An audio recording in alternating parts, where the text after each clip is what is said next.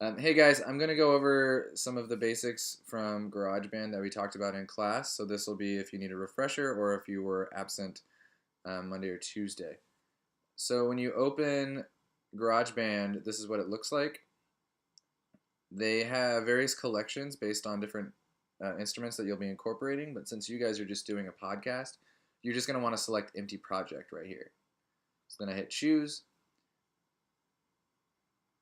It's going to open up a new track, and it's going to ask what type of track is this? Do you have an external instrument, guitar, drum kit, or are you just using the internal microphone or an external mic? Again, podcast, so we're going to go with the microphone. So just hit Create, and this is GarageBand. Here is the library where you can find some of your files. This is the controls and equalizer where you can add effects and change the volume. And these are the tracks up here, and this is where you do the bulk of your editing. Right up here, this little slider is the master volume, so if your entire project needs to be louder or more quiet, you would just move this around. You'll notice that the units it's showing me is dB, that's decibels. I'm going to leave it at 0 dB. For conversation, you want it to be -6 to -12 dB. That's the most comfortable spot for our ears. These purple buttons right here, this is the count in and the metronome. I'm just going to turn those off. The metronome is really handy if you are using an instrument, but if you're not, then it's really annoying. So the way that you're going to do the podcast is that you're going to drop in your clips, and here I have a few sample clips that I'm just going to drop right in.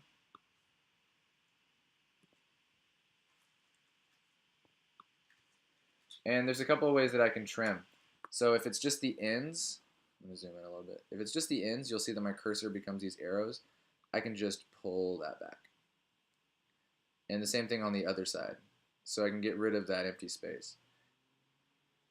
If I wanted to cut a specific spot, say I want to cut this section right here, I would put my playhead, the playhead is this line, where I want to cut, and I just hit Command T, and that cuts it right there. That's Command T for trim. And then I find the second spot, and I would hit Command T again. Or you can go to Edit, Split Regions at Playhead if you want to do the long way around. So I have this one little middle section that I want to delete. So I just hit Delete. And then I can also drag this last bit over, and that closes the gap. But you want to make sure that the gap is closed and there's no space in between the two clips. If you wanted to record straight to the program, you can do that just by hitting this record button, but I recommend doing that on a separate track. If I wanted to change the volume on these guys, I would have to do what's called automation, and so you can either go to Mix, Show Automation, or you can just hit the letter A. And you'll notice when I turn on automation, everything gets darker, and you see this faint gray line there. If I click on the clip, that gray line turns yellow. And so that yellow line represents the volume, as it says right here. And if I change the drop down, I can change what the automation is for. For instance, pan, that's where the sound goes from two different speakers. But I can just move this line up and down, and it changes the volume of the whole track. But say that there's a really loud part of the track that I want to turn down, and that's the only change I want to make. I would just double click the line where I want it, and I would make a little carving where I want to turn it down. And if it's quiet over here, I can just move it like that. And so you basically change how much you want the track to be turned up or down. The other thing that we talked about the other day were loops. And so with the loop, you click this little roller coaster looking button up at the top right. And those are the Apple loops. So Apple has these various instruments or sound effects preloaded into GarageBand, and you can play them. So for instance, this is an 80s backbeat.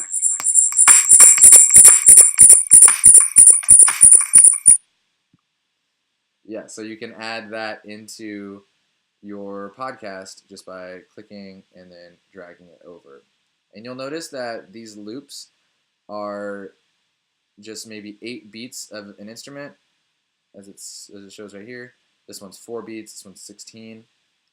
That means if you want to keep it going, you have to loop it. And so the way that you loop it is you turn off automation, and up at the top right, you see that your cursor will become a little squiggly or a loop. You just click that and drag it, and it'll automatically loop. And you can go on with that 80s backbeat forever if you'd like. For whatever reason, you would do that. We haven't talked about this in class, but the way that you export is very easy. You go to Share up at the top, Export Song to Disk,